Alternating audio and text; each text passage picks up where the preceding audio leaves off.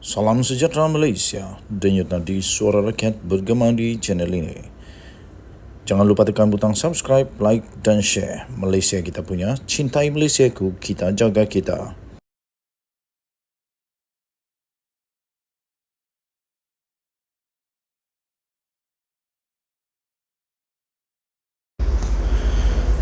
Salam sejahtera Malaysia, denyut nadi suara rakyat bergema di channel ini.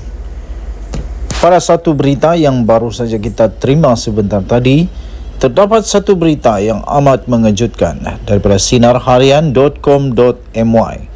Sinarharian.com.my bertajuk Video UMNO sedia tarik sokongan terhadap Kerajaan Perpaduan oleh Roskoirah Yahya, 4 Julai 2023, 11.37 petang. Lokman Adam ketika beliau menjadi seorang panelis pada satu wacana sinar siri 404 bertajuk Adakah Bom Jangka Kedua yang disiarkan secara langsung di semua platform sinar harian pada Selasa.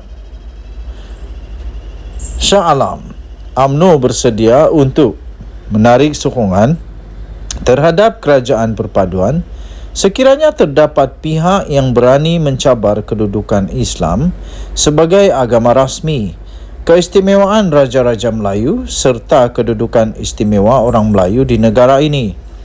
Ahli Majlis Kerja Tertinggi MKT UMNO, Datuk Lokman Nur Adam berkata, tidak mustahil perkara itu boleh berlaku dalam Kerajaan Perpaduan.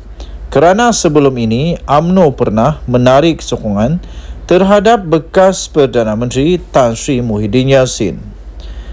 Katanya, selagi Barisan Nasional BN berada dalam Kerajaan Perpaduan, perkara-perkara tersebut akan dijaga. Katanya dalam kenyataan itu, Tun Dr. Mahathir, Tan Sri Abdul Hadi Awang dan Muhyiddin tidak boleh kawal DAP. Tapi yakinlah dengan Barisan Nasional, kita boleh kawal gerakan dari sebuah parti yang ekstrim pada suatu ketika dahulu. Jadi saya minta kepada rakan-rakan yang takut DAP kuasai kita, setakat ini Alhamdulillah selagi BN berada dalam kerajaan, kami akan pastikan ia tidak berlaku. Lagipun mereka sudah beri jaminan akur dengan perlembagaan, katanya. Beliau berkata demikian ketika menjadi panelis pada wacana sinar siri 404 Adakah Bom Jangka Kedua yang disiarkan secara langsung di semua platform sinar harian pada Selasa. Selain Lokman Adam, dua dari kiri wacana sinar siri 404 bertajuk Adakah Bom Jangka Kedua turut menampilkan Tun Faisal, Muhammad Arafat dan Che Gubard sebagai panelis. Turut menjadi panel ialah Naib Pengerusi PKR Perak, Muhammad Arafat Varisai Mahamad, Ahli Dewan Tertinggi Muafakat Nasional MN, Datuk Tun Faisal Ismail Aziz, serta Ahli Jawatan Kuasa Penerangan Parti Pribumi Bersatu Malaysia Bersatu, Badrul Hisham atau lebih dikenali sebagai Che Gubard. Beliau turut mendedahkan kegagalan UMNO pada pilihan raya umum ke-15 disebabkan sabotaj daripada orang dalam. Katanya mereka ini adalah Anwar Musa, Tun Faisal dan juga bekas Perdana Menteri Ismail Sabri yang berkomplot melengah-lengahkan pilihan raya pada ketika itu, katanya. Tambahnya lagi, kita sudah menang di Johor dan Melaka. Selain pembangkang juga berada dalam keadaan kuncar kacir. Sepatutnya terus buat pilihan raya. Saya yakin BN akan menang dan mampu membentuk kerajaan secara persendirian, ujarnya lagi. Danya Nadi, Suara Rakyat, bergema di channel ini. Bye-bye. Salam sejahtera Malaysia, denyut nadi suara rakyat bergema di channel ini. Jangan lupa tekan butang subscribe, like dan share. Malaysia kita punya, cintai Malaysiaku, kita jaga kita.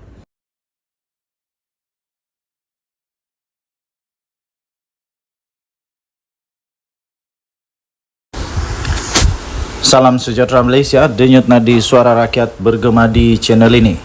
Berita baru saja diterima. Akhirnya, Datuk Seri Anwar Ibrahim, Perdana Menteri Malaysia, menepati janjinya dan hasratnya serta visinya untuk memastikan negara Malaysia supaya bersih daripada segala salah laku, rasuah dan penyalahgunaan kuasa. Baru saja diterima berita daripada bharian.com.my, Jabatan Immigration dan Jabatan Pendaftaran Negara disiasat, kata Datuk Seri Anwar Ibrahim. Perdana Menteri Malaysia Datuk Seri Anwar Ibrahim mendedahkan bahawa Jabatan Immigration dan juga Jabatan Pendaftaran Negara sedang disiasat oleh pihak berkuasa berhubung amalan-amalan rasuah dan salah guna kuasa di dalam jabatan tersebut. Beliau menerima maklumat bahawa adanya terdapat unsur salah guna kuasa di JPN apabila proses untuk mendapatkan sijil warga negara dikenakan bayaran tertentu oleh mereka yang layak mendapat status kewarganegaraan. Katanya dalam kenyataan tersebut, nak beri satu maklumat. Semalam saya terima mungkin masih dalam siasatan di Jabatan Pendaftaran. Kita permudahkan orang yang layak mendapat status kewarganegaraan dan sebagainya untuk mendapatkan sijil itu dikenakan lagi bayaran. Tapi jumlahnya terlalu kecil. Harus ada tindakan yang keras dan tegas. Kalau tidak, dia merosakkan seluruh imej pentadbiran. Katanya pada satu perjumpaan bulanan, Perdana Menteri bersama dengan warga Jabatan Perdana Menteri di sini pada hari ini. Anwar menegaskan masih ada kelompok kecil dalam Jabatan Immigration yang masih selesa dengan sistem dan amalan yang lama yang mengaitkan mereka dengan perlakuan rasuah. Semalam sebelum sambut kepulangan agung, saya sempat ke lapangan terbang antarabangsa Kuala Lumpur KLIA kerana ada sedikit sebanyak keributan kecil, kata Datuk Seri Anwar Ibrahim. Tambahnya lagi, tentunya saya lihat umpamanya semua kaunter immigration berfungsi. Maknanya majoriti kaki tangan immigration menjalankan tugas dengan baik. Tetapi seperti mana juga kita sedar dan sering saya tegaskan, ada kumpulan kecil yang masih biasa dengan sistem dan amalan lama. Tambahnya lagi, saya percaya itu bidang kuasa Suruhanjaya Pencegahan Rasuah Malaysia SPRM yang harus bertindak. Selalu kita sebut kerana nilai setitik rosak. Maafkan saya, kerana nilai setitik rosak susu sebelanga, katanya. Dalam tinjauan di KLIA, Perdana Menteri turut mendapati hanya satu daripada 7 mesin pengimbas Jabatan Kastam Diraja Malaysia JKDM di Terminal 1 yang berfungsi. Saya Menteri Kewangan dan JKDM bawa saya. Tapi takkanlah nak tunggu Menteri turun baru tahu rosak. Ini ada kelemahan dari segi maklumat. Kerana kalau belanjanya hanya sekedar beberapa juta, kita boleh luluskan segera, katanya. Saya percaya SPRM tidak akan menyiasat kalau diluluskan segera kerana keadaan itu mendesak. Bayangkan saya dimaklumkan skena itu rosak sejak tahun lalu. Jadi hal begini, adakah nak salahkan pegawai di situ? Mungkin dia lapor, tapi ada sedikit kelemahan yang harus diperbaiki. Kerana kita mahu beri peringatan terbaik, katanya. Anwar berkata kelemahan penyampaian maklumat di peringkat bawahan kepada pihak atasan juga perlu diperbaiki. Katanya, apakah dengan kelemahan ini saya boleh secara umum menyerang kelemahan kastam? Saya tidak fikir wajar kerana secara umumnya fungsinya baik. Tapi hal-hal ini tidak boleh kita mungkin kebenarannya. Sebab itu kita kadang-kadang yang di atas harus turun dan terjun ke bawah untuk melihat sendiri kerana tidak boleh buat andaian semuanya baik. Tapi mestilah tujuannya baik untuk perbaiki, bukan sekadar mencari salah ataupun mengecam, apalagi kalau diberi gambaran umum, katanya. Semalam dalam lawatan mengejut ke KLIA, Anwar memberi jaminan siasatan rapi akan dibuat terhadap isu membangkitkan kaki tangan imigresen di KLIA, khususnya dakwaan wujud salah laku dan amalan rasuah. Perdana Menteri berkata secara umumnya penugasan kaki tangan Jabatan Imigresen itu di pintu masuk utama negara itu berjalan dengan baik dan agensi itu juga memberi respon sangat baik dan positif terutama terkait perkara berbangkit sejak beberapa hari yang lalu. Pada beberapa hari yang lalu, tular gambar dan laporan berita yang mendakwa Menteri Pelancongan Seni dan Budaya Datuk Seri Tiong King Sing campur tangan dalam urusan melepaskan seorang pelancong dari China kerana ia dinafikan oleh ahli Parlimen Bintulu itu. King Sing sebaliknya mendakwa wujud amalan salah guna kuasa dan rasuah membabitkan sebilangan kaki tangan Jabatan Imigresen yang bertugas di pintu masuk utama negara itu sehingga mengundang beberapa kenyataan penafian daripada kesatuan dan kaki tangan yang mewakili agensi berkenaan. Denyut nadi Suara Rakyat bergema di channel ini. Berita ini dipetik daripada bharian.com.my bertarikh 3 Julai 2023. Bertajuk Jabatan Imigresen dan Jabatan Pendaftaran Negara disiasat, kata Anwar. Kita jumpa lagi. Selamat petang Malaysia. Malaysia kita punya, cinta Malaysia ku, kita jaga kita. Jangan lupa tekan butang subscribe, like dan share. Bye-bye. Salam sejahtera Malaysia. Denyut nadi Suara Rakyat bergema di channel ini. Jangan lupa tekan butang subscribe, like dan share. Malaysia kita punya, cintai Malaysia ku, kita jaga kita.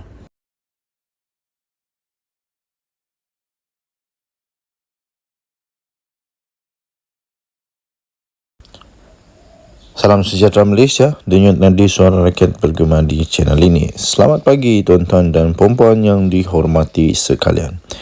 Berita terkini yang amat mengejutkan seluruh Malaysia. Anwar rela disiasat jika didapati terlibat rasuah. 30 Jun 2023 daripada sinarharian.com.my. Berita penuh. Permatang Pau. Perdana Menteri Datuk Seri Anwar Ibrahim bersedia untuk memberi kerjasama termasuklah untuk disiasat oleh mana-mana pihak berkuasa sekiranya beliau didapati terlibat dalam kes rasuah. Anwar berkata, selama 7 bulan diberikan amanah untuk mentadbir negara, tiada satu pun kepentingan pun diberikan kepada keluarganya. Kata Datuk Seri Anwar Ibrahim, kalau kata saya terlibat dalam kes rasuah, gunakan wang untuk mengayahkan Wan Azizah atau untuk Nurul Izzah dan anak-anak itu boleh bawa lapor kepada pihak berkuasa.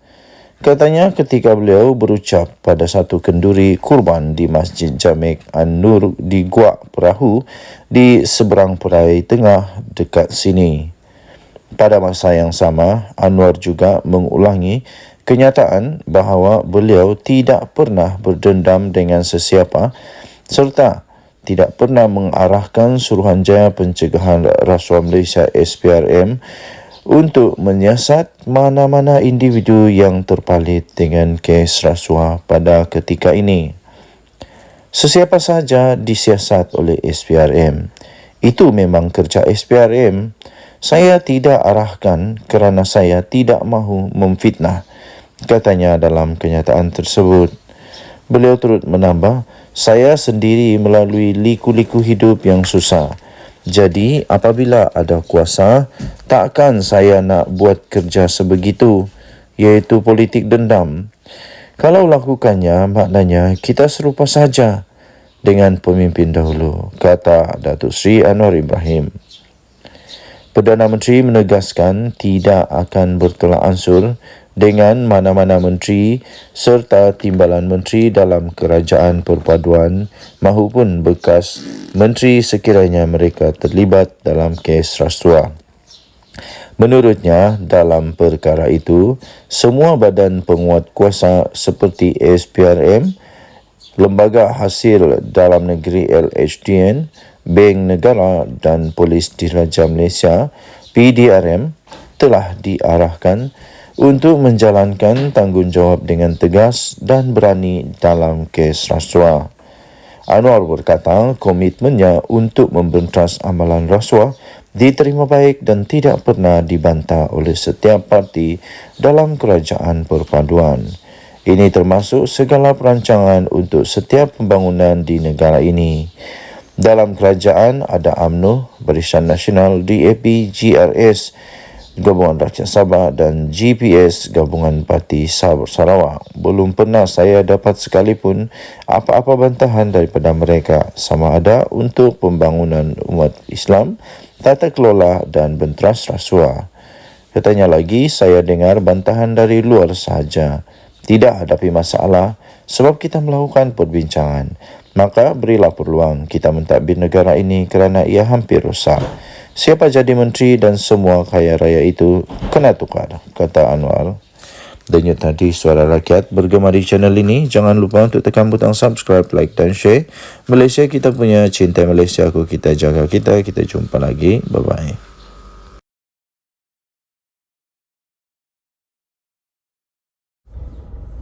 Salam sejahtera Malaysia. Denyut nadi Suara Rakyat bergema di channel ini. Perkara yang paling dahsyat pernah saya baca adalah perkara ini, saya fikir. Bayangkan 44 juta ringgit tunai. Berapa banyak tu? Cuba kamu komen, mana tahu ada yang kerja bank kah, kerja memang accountant kah, kerja memang dealing with money, cash money. 44 juta cash ni berapa banyak? Mana tahu kamu ada pengalaman, coba komen. Berapa banyak 44 juta ini? Berapa bag? Cukupkah satu kereta? Tapi memang betul, pelik tapi benar, tapi ini sudah terjadi. 44 juta ringgit Malaysia cash ditemui di pejabat, di rumah bekas seorang pengarah Jabatan Air Negeri Sabah. Aduh, patutlah di kampung kami tiada air. Patutlah banyak kampung tak ada air. Rupanya ramai orang pencuri. Aduh, pencuri. Tapi kita tak tahulah. Kita belum tahu lagi dia ni pencuri ke tidak. Tapi yang jumpa ni 44 juta ringgit ditemui di pejabat dan rumah. Kenapa ada 44 juta ringgit di pejabat dan di rumah? Kenapa tidak kasih masuk dalam bank? Apa yang takut?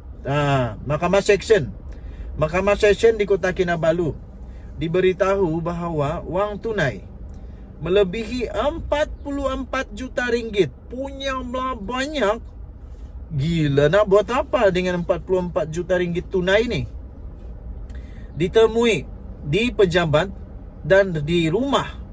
Di pejabat pun ada, di rumah pun ada bekas pengarah Jabatan Air Sabah, JANS, iaitu Awang Muhammad Talib.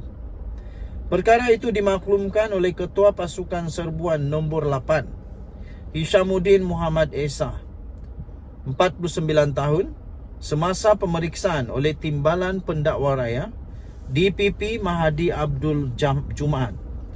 Hishamuddin memberikan keterangan itu sebagai saksi pendakwaan ke-40 di hadapan Hakim Abu Bakar Manat dalam perbicaraan untuk skandal rasuah terbesar di Sabah itu. Beliau berkata lebih 23 juta tunai ditemui semasa di serbuan di pejabat Awang Tahir, AG Tahir, pada 4 Oktober 2016 di Wisma Muiz. Bayangkan di pejabat ada 23 juta ringgit. Aduh, banyaknya. Yang hairan di pejabat tu, staf dia tidak tahu kah? Macam mana duit 23 juta itu ada di pejabat? Waktu orang bagi duit itu orang tidak nampak kah? Ini lagi syok. RM62.500 ditemui dalam beg bertanda Tahir di meja Awang Tahir. 62,000 di meja. Wang tunai selebihnya ditemui di 3 lokasi lain di dalam bilik pantry. Di pantry, di sofa dengan 3 tempat duduk, kabinet TV serta kabinet kayu.